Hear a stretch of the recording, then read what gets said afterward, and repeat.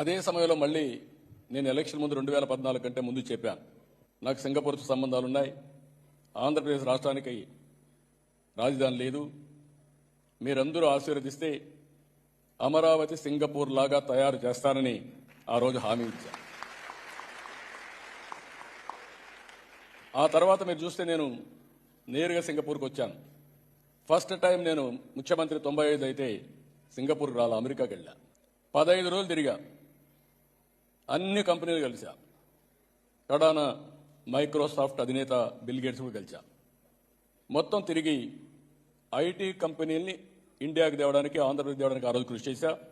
రెండోసారి ముఖ్యమంత్రి అయిన తర్వాత నేరుగా సింగపూర్కి వచ్చి, నాకు రాజధాని లేదు, మీరేం చేస్తారో తెలియదు, టెండర్లు వెళ్ళడానికి టైం అవుతుంది, నాకు ఫ్రీగా మాస్టర్ ప్లాన్ డీటెయిల్స్ తయారు చేయమని ఆ రోజు అడిగితే సెంట్రల్ క్యాబినెట్ తీసుకెళ్లి ఆ రోజున్న ప్రధానమంత్రి లీ గారు అయితే ఇమ్మీడియట్గా ఆంధ్రప్రదేశ్ అమరావతికి మాస్టర్ ప్లాన్ తయారు చేస్తామని, ఫ్రీగా తయారు చేస్తామని చేసి పెట్టిన దేశం సింగపూర్ దేశం.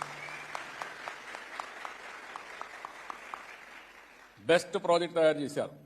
అక్కడి నుంచి చాలా దేశాల్లో వీళ్ళు టౌన్షిప్లు కూడా కట్టారు, ఇండస్ట్రియల్ టౌన్షిప్లు కట్టారు, ఎకనామిక్ యాక్టివిటీ చేశారు, చాలా చేశారు. దాంతో నేను వీళ్ళతో మాట్లాడి ఒక సీడ్ క్యాపిటల్ కూడా తయారు చేస్తే వీళ్ళు భాగస్వాములు అయితే ప్రపంచాన్ని మొత్తం తీసుకొచ్చి పెట్టాం. అది కూడా ఎప్పటికప్పుడు ల్యాండ్ ఇచ్చి ఆ రోజుండే మార్కెట్ రేట్ ప్రకారం తీసుకొని అభివృద్ధి చేసి ఆ డబ్బులు గవర్నమెంట్కి వచ్చేది.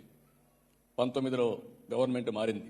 కడాన సింగపూర్ గవర్నమెంట్ కూడా తప్పుపట్టే పరిస్థితికి వచ్చారు.